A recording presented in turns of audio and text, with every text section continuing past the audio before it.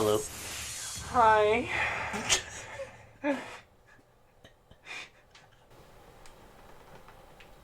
Are you ready? Yeah. 3, 2, 1. Donde está? We are the Island Guardians, the 14th best place to find Pokemon TCG and Pokemon content in general. There's 2/3 of us here again. Miho's not here. But that's alright. This is Season 2, Episode 9. And in this episode, we're going to cover Who's at Pokemon. We're going to do some Would You Rather questions. They're not necessarily going to be Pokemon related. And then we're going to finish off the episode talking about the first challenges that we've played this season. So our local shop, Tier 1 in Lafayette, had one. And then AA Cards and Collectibles in Kokomo had one on Saturday. So we're going to go over those, talk about the deck we played, because it's the first time me and Cameron played the same 60. Ever. We've been playing together for years. Years and years. But we have different play styles, so we would never, I don't even think we've played the same deck before. Same deck, different cards. I don't even think we've done that. I don't know. I'd have to think about it. I mean, I think we played Palkia Ice Rider that one time, but we didn't play the same 60. I think we were a few cards off. Probably. Either that or I just played yours that day, and then you played something else. I don't know. We've played that together, but we've never played the same 60, especially not at a challenge or a cup or Pokemon official event. You guys will hear if it worked out or not. Alright, who's? That. Pokemon. You can read it, though. I don't know how to read. Do your best. By flapping its leafy fan, it can whip up gusts of 100 feet per second that can level houses. It is 4'3" and 131 pounds of vicious fan flapping power. 4'3", leveling some houses. That's kind of wild. Alright. Whoever gets this correct will get this Silver Tempest pack with a Lugia on it. So you know there's going to be a Lugia in it. I got to rip it now. Yeah, I know. First one in the comments, put it right down on the correct card. And shouts out to Michael. He went above and beyond. He put the card and the set it's from because this nerd knew that there wasn't a Meryl card made since Steam Siege. So he just goes, Meryl from Steam Siege. So shout out to that guy. He has the biggest card inventory in his head of a person I've ever talked to. So it's kind of crazy. Cool. Yeah. If you haven't talked to Mike, go just ask him about any card. He'll be like, yeah, it's this one, blah, blah, blah, blah, and he'll tell you. So, all right. Would you rathers? Would you rathers? All right. So we've got is it an app or just a website? It's just a website. The app that I found was not great. Okay. So Jeff, pick a number 1 through 70. Easy, 23. All right, 23. If it's good, bad, appropriate, we'll find out. Would you rather be able to see the entire universe or be able to understand everything about the universe? Ooh. That's a tough one.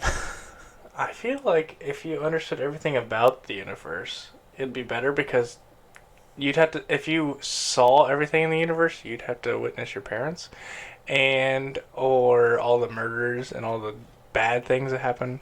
Like, if you knew about the universe, you'd know it's happening, but you wouldn't have to witness it. Witness the universe, though. Or sorry, be able to see the universe? Yes. But I understood the question as...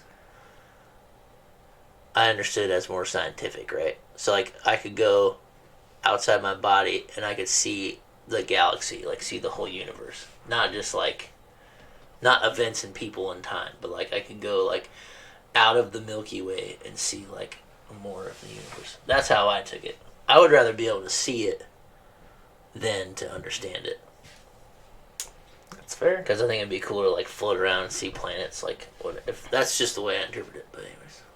Alright, I'm going to choose a random one. Let's go with this one. Would you rather be able to delete certain parts of your memory or be able to delete some parts of other people's memories? Ooh. That's a tricky one. I feel like you can't mess with people, man. I would delete some of my own memories, probably. But it could be so helpful to, it could be a good charity thing. If you you're looking at it to help people. I looked at it the other way. That's a good viewpoint. You could change the world. So the world knows you have this ability, and you could just set up a shop or not. And be or not. You could see somebody having a bad day and just make them forget about the bad Okay. thing that happened in that day, and you could just be a bystander walking past, and you could just know Just that, observe, like, you know. it doesn't say that you have to know what it is. Like Right. you could just it's a power. So I don't know how it would work, but you could just walk past somebody and be like, "Hey, you're having a bad day. Here, let me help." Let's just forget about that rude interaction you had with this Yeah, cashier. that'd be kind of cool. I guess that would be kind of cool. I also don't like the idea of messing with anybody without their intention, so I feel like I would delete parts of my own memory, but I feel like the bad things in your life is how you learn a lot. So deleting the memories for yourself is probably not that good of a thing. You want to pick All right, one more? I'm picking 69. The layout of this is really weird. Would you rather have a really loud voice or be barely audible? Oh, man. Would you rather be excessively loud or barely audible? Gosh, Oh. that's awful. That's rough. I just excessively. They're both equally annoying, I think. Yes, they are. Oh, man. I think I would rather be a little too soft spoken. Me too, because if you're too loud sometimes, it's hard to sound sincere and genuine. yeah, If you're things would just be taken really the wrong loud, way. it could be taken the wrong way. But Yeah. I guess the same could be said to being too quiet, because you could seem timid or Talking under your afraid breath to people. or- yeah, you're talking trash about me. underneath. Yeah. What'd you say to me? Nothing, dude. Just has to, like, whisper. All right. No, it's pretty good. I'm gonna choose one more. All right, one more. Feel free to respond in the comments as well. What you guys would choose? I'd be interested to read what some of you guys think. Sorry, I'm trying to find some that are appropriate. Would you rather sneeze every time you say hi to someone, or have eyes that permanently stare at everyone's chest level? Oh, like never be able to make eye contact. You can never make eye contact with somebody, or every time you say hi, you're like, Oh, hey.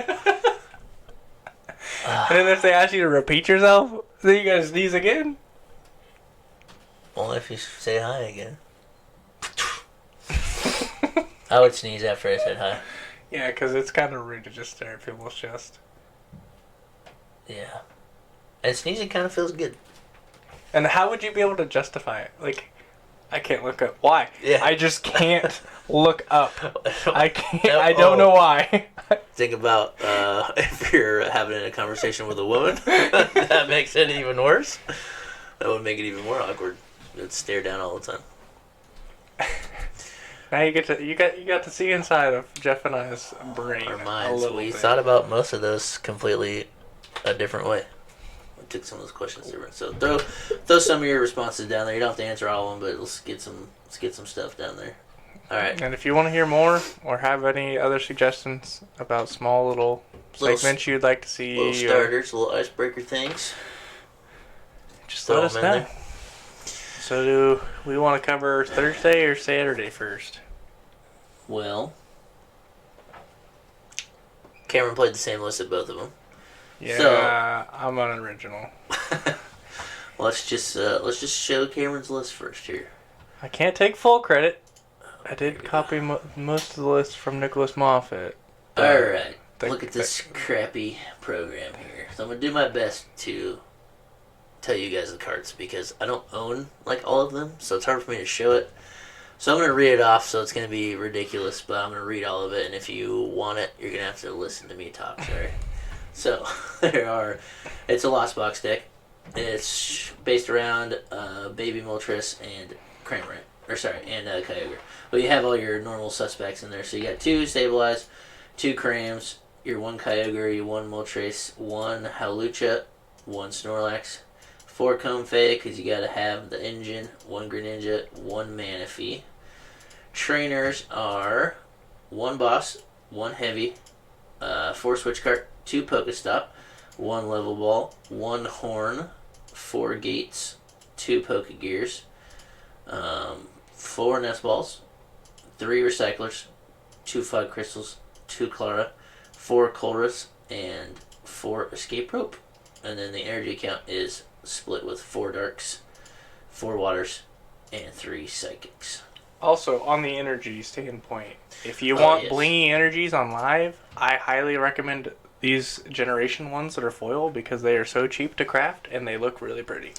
Yeah, if you can see it, you should be able to see it. But yes, that is generations, correct? Yeah, they're super, super cheap to craft. Cheapest ones to craft, and they look pretty okay.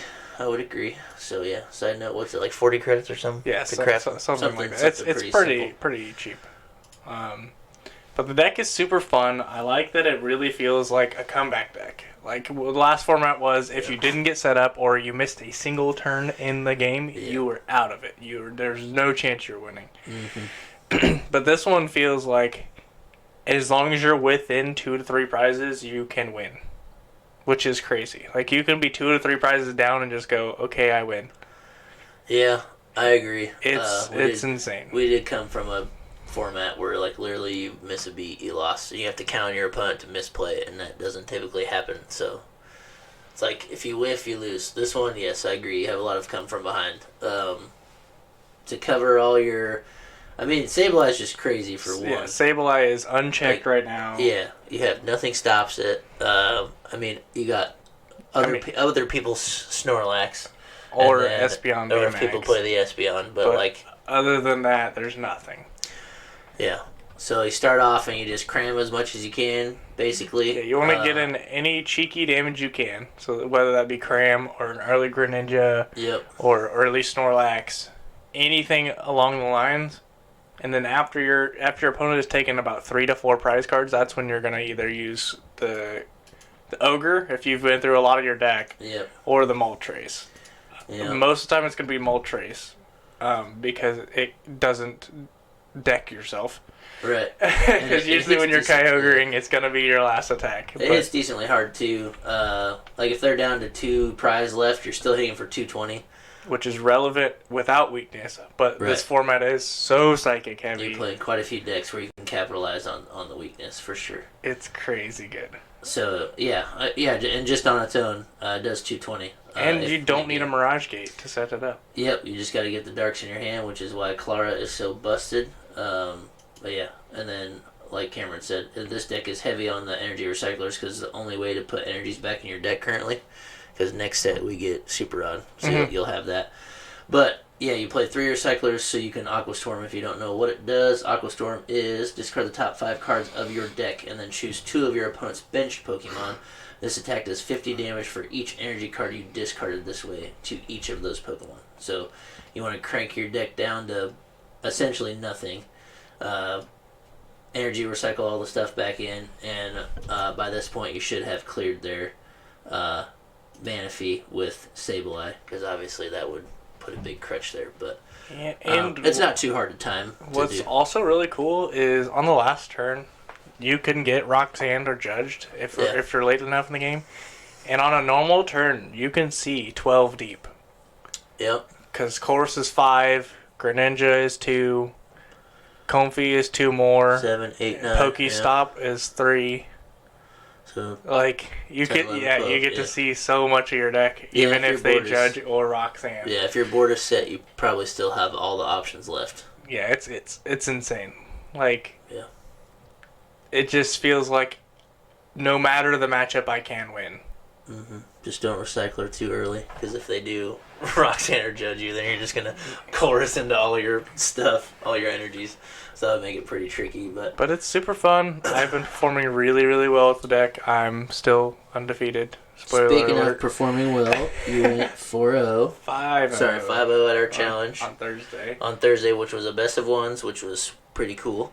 Just for the sake of time, because we don't start till 6:30. And everybody got out of there on time. I thought, shouts out to Michael again. He did a really good job at running it, because he has all of his Judge stuff completed. Mm-hmm. So he didn't play, obviously, but he was great at answering all the questions. He was on time, like super on point with everything, and we got out of there faster than I think we do on regular Thursdays when we don't have challenges.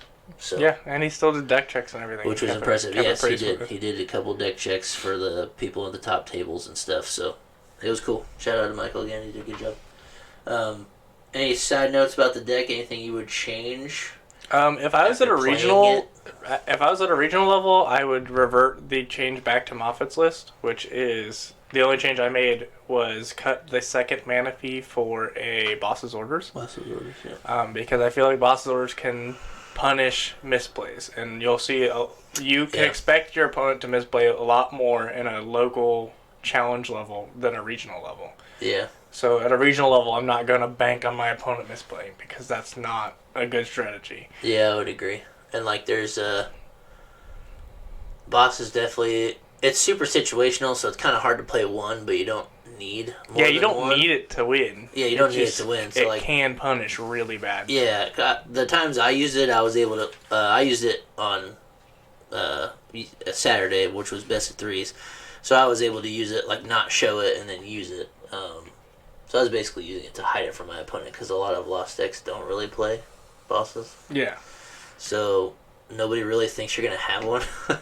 So it's kind of cool. I like the inclusion, but I agree the same thing. If you're playing in a smaller field, yeah, you can. The second mana fee is you so can capitalize good for the on. mirror. Yeah, you can capitalize on the mistakes, but yeah, if you're playing in a ginormous room, the double mana fee is pretty good. To not have to like waste your Clara just to get a mana fee and Yeah, because that whatever. So the reasoning for 2 in the mirror is because if they take out 1 and they're threatening Greninja next turn, you have to play Clara, which puts you even further behind in the Lost Zone race because you don't get to play your Colress. Correct. Yeah. So You it miss your just Colress turn. it's a big detriment. That's why you put it 2. Hopefully you have it in hand, or you save a nest ball, or you save your level ball, and then go get your other one. Yeah. It also becomes I don't play it a lot, obviously, but it also kind of feel like I would get greedy, and if I ever saw a mana fee in like my colors, I'd probably like throw it away. Oh, I've done that before. Like, it's cool. I got another one. I've done that before. I've got somebody to start committing energies to a Greninja, and then I went second mana fee, and they're like, "Oh, you play 2?" Yep. Yeah. But the deck is super, super fun. I like it. It's probably my top 3 decks ever. Nice. It's super fun. It's super consistent. I love that it doesn't play Battle VIP Pass. Me too. That was one of my notes from playing it as well. The only 2 cards that I think can make this deck better, but indirectly make it worse, is Cross Switcher and Pyukumuku. Those are the only 2 cards I would love to see, but it would make the deck a lot worse. Yeah, there's not any room for those cross switchers, so that'd be sick though. But that'd be so fun. I agree. So any notes about your matches Thursday that you can remember? Like, is there any card or any play specifically where you're like, man, this deck is so crazy, I wouldn't be able to win if I didn't have this, or couldn't play it like this? Round 2, I was playing against Mew. Okay. Which was super interesting, and I was super confident going in because obviously we hit Mew for weakness, and that's usually the only attacker unless they play the Fusion Strike build. Right. But early on, I could tell it wasn't Fusion Strike build, and I was super confident. I was like, I have game locked up. I took a Mew with the Moltres, and I was like, I got Clara in hand. It's game. And he goes, Lost City, and I'm like, oh no. Bummer. I'm like, alright, how do we work through this? But luckily, I had accidentally planned ahead. Not accidentally. I was setting up basically double checkmate. Yeah. So I had Sableyed 3 of the Genesects for 4 earlier. Okay. To set them all to 150, so I only need 3 energies for an Aqua Storm. Yeah, okay. So then my Moltres got Lost City. I'm like, okay, I can still play around this. Right. And then I just ended the game with the Aqua Storm for 3 instead of having to get the full 5. Right, just in case you couldn't get your deck down to thin enough, and because I knew that I was lost owning energies and stuff. So I was like, my resources are running low. Yep. I'm just going to buy this turn because we're not on a super hard clock. Yep. I'm just going to buy this turn, Sableye. Yeah. Spread it out so they can't heal all of them, and just Aqua Storm. Yeah, that's a pretty good. That's a good way to split it. Super situational, but that's how to get out of it. Yeah. If you're tired of seeing Mew at your locals, play this deck. Play this. Yeah. They will dread the whole match because they can't path it to shut it off. They're not going to stop it. It was very easy. I've only played against one Mew player with it. Shouts out to Calvin. Sorry, Calvin. We got matched together round 1. My first, just because of how the game went, I couldn't find. I mean, you don't need Moltres early, anyways. But how the game went, I was able to use Snorlax. I crammed his first Mew, and he like immediately Psychic Leaped it, which was cool. He played enough Power Tablets. He cleared my cram, and he saved his dude. I'm like, all right, cool. So now I got to work a little bit harder here. But he put a Genesect up, which is awesome because there's no way to heal those unless they play a switching cart, which not very many Mews do. If they do, they play like one. Mm-hmm. So he put his Genesect up there, and I used Snorlax, and Snorlax would do 180, but he had no Oricorio, so it only did 160. And so I'm already thinking in my head, 160 is a pretty good number because the Oricorio is down, that's 9, and then you got 3 left to make your 12. Mm-hmm. So at that point when that happened, I was like, all right, I can play a little bit, I can play kind of conservative. He's just knocking out crams, that's fine. I even crammed into another Mew VMAX because of how the game went. Like I couldn't set it up yet. If you stop attacking, your opponent's gonna know what's up. So Yeah. you always gotta make sure you at least get a cram or a You Sableye gotta or something in. So yeah, I wasn't quite to the Sableye play. I've only played the deck yesterday. I've played Lost Zone decks before, so like I know how to cycle through them. Yeah, but it's just obviously it's a little bit different now because no scoop up nets. Thank God. Yeah, thank God. So it's a little different. You can't flower select as many times as you used to normally be able to because you can only rely on switch cart and escape rope now. So you have to have them in hand. Obviously, it's not as good as a scoop reset, because it changes the board state with nets or with escape ropes and things like that. But so I was kind of like learning how to play while playing. But it ended up working out because I was able to do the Sableye play, and then the next and feeding him prizes didn't matter either because it makes Moltres better. Makes Moltres stronger. So after he took his third, that's 150 plus the base of 20 is 170, and then so times 2. Then your swing is 340. So all I needed was him to take 3 prize cards. So during that time, I don't care what's getting knocked out because Mew never takes multiple prizes. I guess there's a chance they glistening droplets if they hit into 2 things, but they'd have to psychic leap. It still takes 2 It things. just Either way, if Right, they psychic I leap guess into so. it and then glistening droplets. well, if you're not getting knockouts at the same time, so yeah, I mean, yeah, it doesn't do a whole lot. They're so. never just going to cheat out the prize race. Right, and luckily too, I was able to switch card out my Snorlax because it was asleep, and he was going to glistening droplets my Snorlax because he was just barely behind, but the switch card made it out of range of the 50. Because he had me kind of stuck, and that would have been a pretty good play to knock out my Snorlax when I was on the bench, but yeah, the deck is super fun. If you want a deck that's going to make you think a little bit, play this. And it also has the aspect of just luck. I mean, you can craft your turns as best as you can, but you still cannot control a flower select or a chorus. Yeah, there was one chorus against Michael. He was playing Lugia, and it was late game. I probably had like 12 cards left in deck. I chorus, and it's Pokestop, Kyogre, Energy Recycle when I already got rid of one, Echoing Horn when I needed to win the game. Yep. And it's so tough when you play single cards like that. Something else that I did not want to lose, and I literally looked at him. I looked at Noah. I said, "You guys are not gonna believe this." And he goes, and Michael goes, "That bad?" I'm like, "Yes." Here you go. And he goes, "I don't think there could ever be a worse chorus." And then I show Noah, and he goes, "That's unreal." I was like, "These are the 5 cards I need to win the game, and 2 of them do not exist anymore. I just have to choose which 2 it is." And then I actually made, I think it was Mirage Gate. I chose Mirage Gate and Pokestop to go. Yeah. Because I was like, I play multiple copies of those. I can't lose any of these other cards. And I was actually I was 5 of 7 left in deck that were energies, and I needed an Aqua Storm for 4. Yeah. Well, 4. No. Yes, I needed Aqua Storm for 4. Okay. But I hit the 2 non-energy cards, so I didn't get to knock out both of his Luminions. Yeah. So I lost the game. It happens. I was like, we were so close to just winning. Yeah. But So you 5-0 Thursday, and then what'd you finish? 202. Yesterday. 202. 2 ties. Okay, that's right. So yeah, you're still undefeated. I remember Still undefeated, but... So I finished at 2-1-1, essentially. But here's where AA kind of did us dirty. We all showed up. How many players were there? There wasn't 32, but we were pretty close. I think it was 21. Okay, so we weren't as close as I thought. No. But they kind of did us dirty. When we first showed up, they expressed out loud before round 1 that the pricing was going to be the same as what they put online. So, and there was going to be a top 8 cut. And there was going to be a top 8. It was so 4 rounds. Like, we were all like, all right, this is exactly what we expected. Yep, all of us sitting there, we're like, all right, cool, sweet, we're ready to play. So we're playing.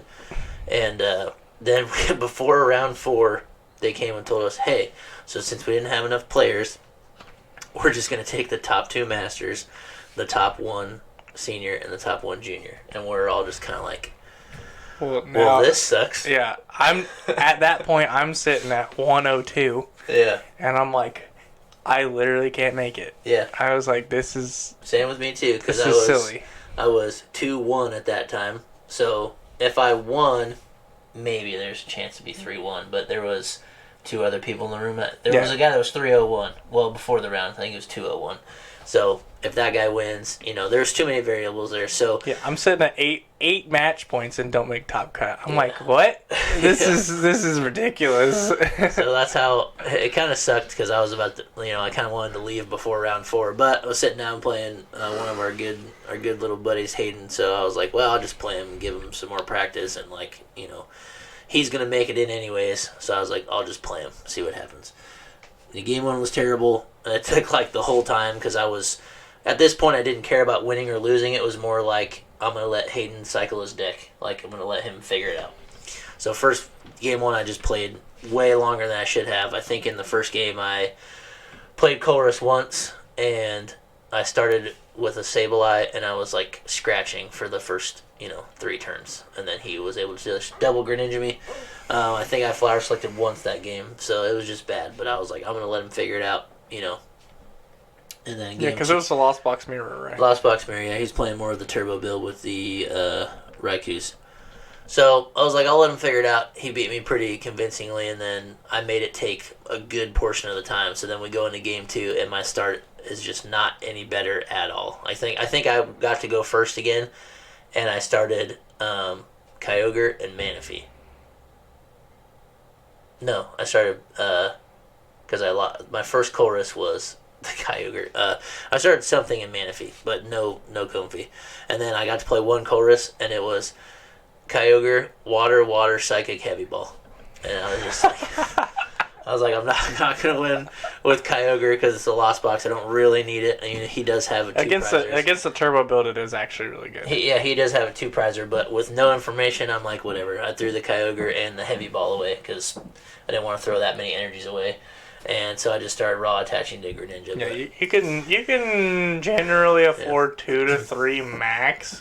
Yeah, but I would not recommend it. Yeah. Because you play a total of 11, so right. your fresh Kyogre turn has to be 8. Yeah, so I didn't want to put any waters or any water for one or any energies in there. So game 2, I stretched it all the way to the time, and then I had the boss you put in to force the tie, but I just gave him the wings. It didn't matter. Still ended up being 7th. I think with having the tie, I would have been, I don't know, maybe 5th or something. Probably. So either way, I was in top 8, regardless of what happened. Because going into that round, I'm like, okay, I'm in a decent spot here. I'm probably fine if I lose, or if I don't lose. If I win or tie, I'm chilling. I'm like, okay. So, but yeah, it didn't pan out. That was kind of a bummer that it went like that, because some of us traveled. There was a couple guys there that drove 2.5 hours. From Chicago? Yeah. 2.5 hours. And then they knock it down and say, sorry, there's only a top 2 for Masters. So it's kind of a bummer. But overall, it was fun. Go check out the store. They have a lot of product for Kokomo, and for places around Lafayette. They do have a lot of product. So if you're looking for something, they're probably gonna have it there. But any other notes about your deck? Not really your deck, but the deck you've been rocking for a while.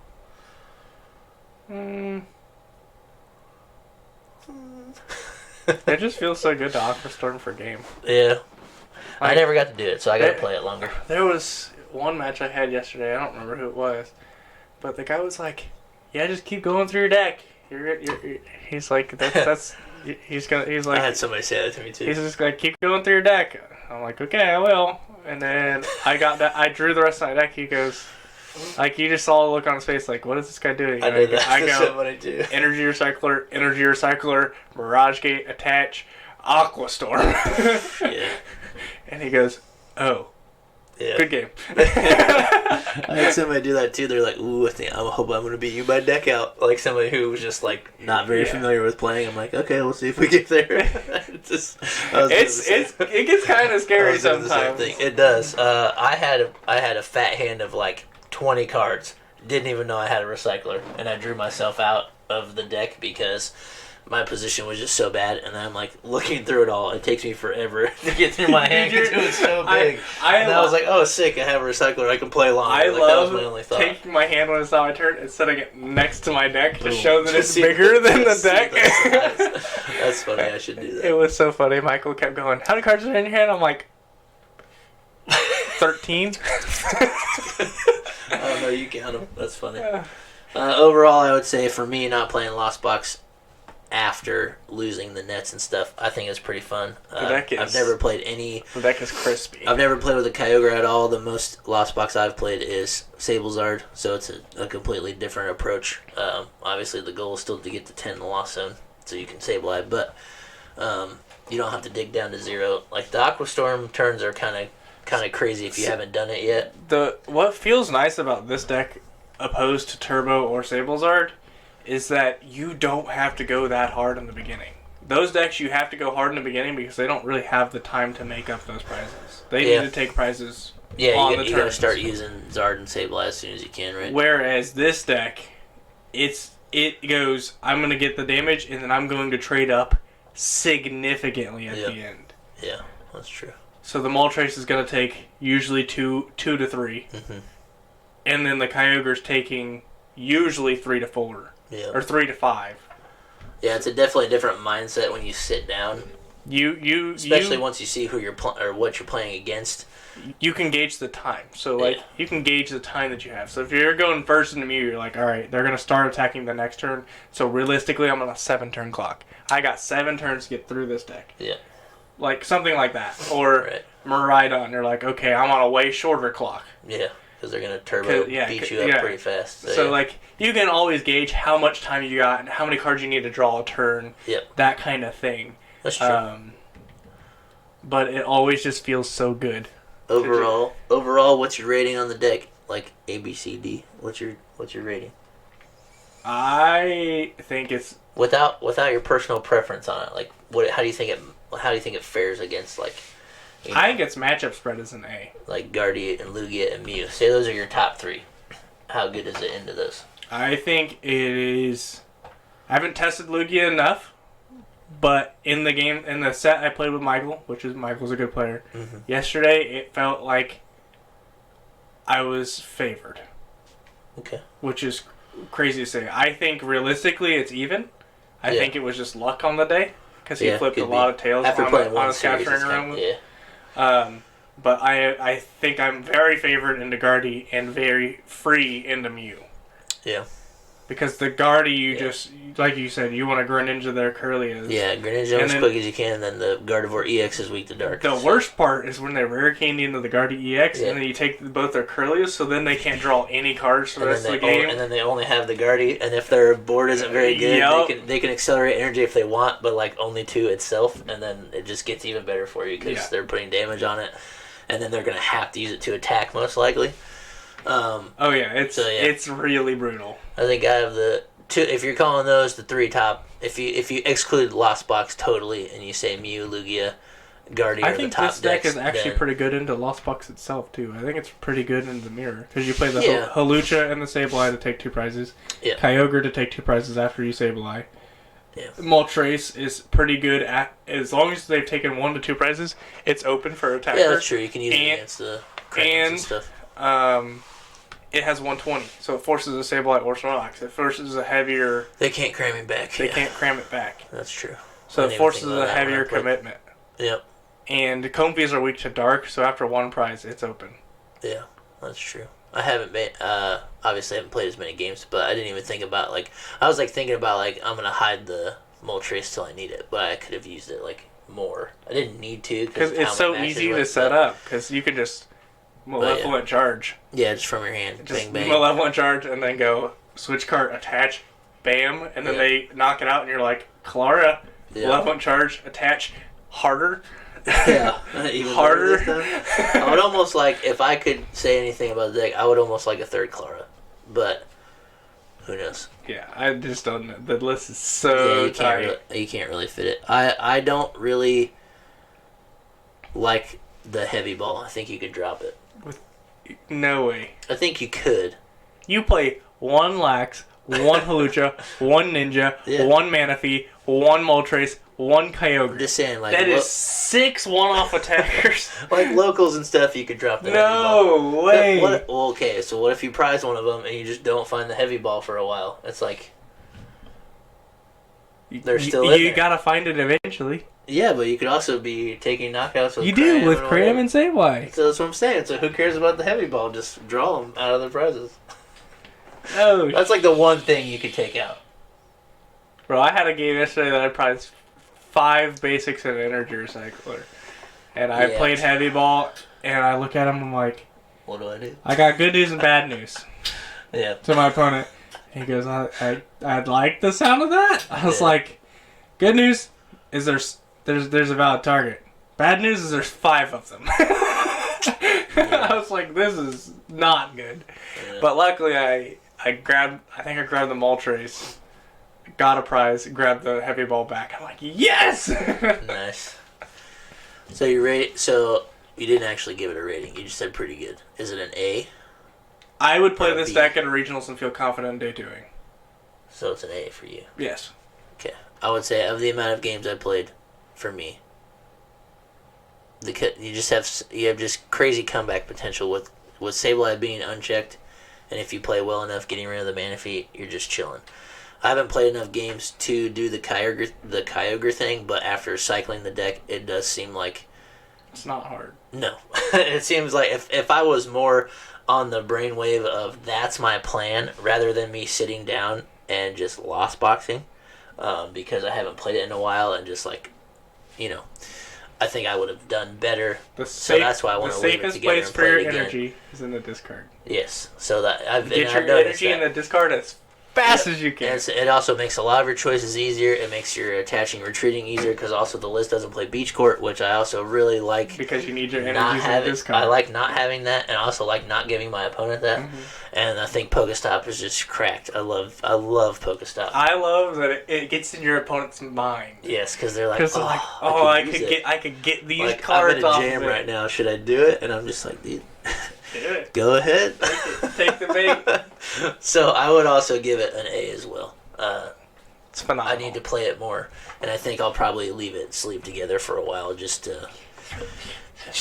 for practice. Obviously, I'm a believer. Obviously, playing it allows you to play against things like it better. So that's more for me. Like playing a Lost Zone deck is to help me play against them better. Like I know the goal of all the Lost Zone decks, but I'm gonna get more knowledge on how to like kind of mess them up a little bit, thinking like, oh, if somebody did, if I was put in this position with this in my active and these things in my discard pile, blah blah. Like it just makes you more knowledgeable on how to beat a Lost Box as well as if you play it. So like that's why I'm gonna leave it together. I know we've already covered this a little bit, but post rotation Lost Box feels a lot more fun because it doesn't have scoop up net and it's playing 4 ropes, so you get to play mind games with the ropes. Because like rope is awesome. You could always like rope first, and then they're like, yeah, he's just going into Comfy and just chilling. He doesn't have it, and I'm like, play down the Lax, Mirage Gate, switch card, attach, bing. Yes. It just feels like you can just toy with your opponent, or you can like drop 2 attackers, and you don't know which one you're gonna use. You're like escape rope, and you're like, what are you gonna do? They're like, man, is he going to hit me with Cram this time, or is he going to go to this, go to that? I like doing escape rope Or I like doing escape rope and then putting up another. Or I like doing escape rope when I have 4, so they think I'm just gonna go to cram, and so they put up something that can try to either live a cram, or something they don't need anymore. Yeah, so then at that point you can either switch cart and hit the thing, or you just play another rope and then go to your cram. So then they're just like, well, the thing I wanted up there, I got in there, and then they're 4 like, escape ropes is just so again, fun. And they're like, 4 escape ropes is so fun. Yeah, I agree. I like it. It was fun. It was a fun day. I enjoyed playing it. I think that's it. That's it for the Lost Box deck. It was a good couple challenges. I assume you're going to continue to play it longer. Oh yeah, I think this is going to be a deck that I keep sleep forever. And just swap out some attackers. The best thing about Lost Box literally is you can tech for the room with the attackers, and you can swap out the energies relatively easy. Like, you always want waters for the Aquastorm and the Greninja, but you could kind of suit it to anything you wanted to. Yeah, like, you could take this shell and take out the Kyogre and Moltres, swap some energies, take out a Recycler, because you don't need 3 if you're not playing Kyogre. Yeah. And put in... change it to whatever you want. Whatever attackers you want. Yeah, like I'm a big fan. The only thing is, you need to have Psychic and you need to have Water. Yes. Those are the only 2 that have to stay. Gotta be able to Ninja, gotta be able to Sableye. And you can literally win games with just those anyways. Like, doesn't matter what your other attackers are sometimes, so. But we call it there.